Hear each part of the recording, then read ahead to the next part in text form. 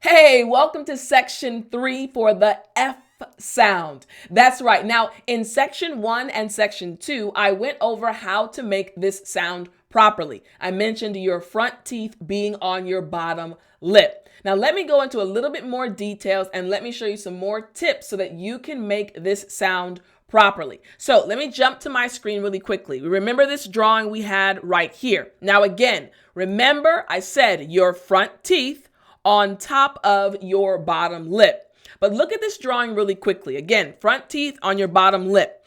But I want you to see right here. You see this space right here. There's kind of this little piece of f. Now, I'm not putting my whole lip in my mouth, not like that. It's really just a little bit. F. It's kind of a little bit. So let me show you again. Just a little bit of your lip. A little portion of your lip, okay? Of your lip. And you're just touching down. Again, just touching. F. You're not biting. So again, I want to show you and I want to emphasize. Let me change the color to emphasize this one for you all. All right? So you're not biting. So again, don't bite. You're not biting down. You're simply touching.